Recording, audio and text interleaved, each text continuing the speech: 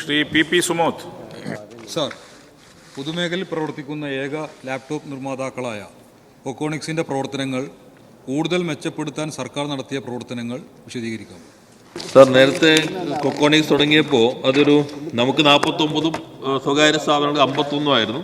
അത് പല പ്രതിസന്ധികളെല്ലാം നേരിട്ടിരുന്നു. ഇപ്പോൾ നമ്മളൊരു ഡീംഡ് PSU ആക്കി അതിനെ കൺവെർട്ട് ചെയ്തു. 59% കെൽട്രോണായി. അതിൻ്റെ സ്വകാര്യ പാർട്ട്ണറായിട്ടുണ്ടായിരുന്ന UST ഗ്ലോബൽ അവർക്ക് 47% കുറഞ്ഞു. ഇപ്പോൾ അവർ പുതിയ ഒരു സംവിധാനത്തെ അവരുടെ ഷെയർ കൈമാറിയിട്ടുണ്ട്.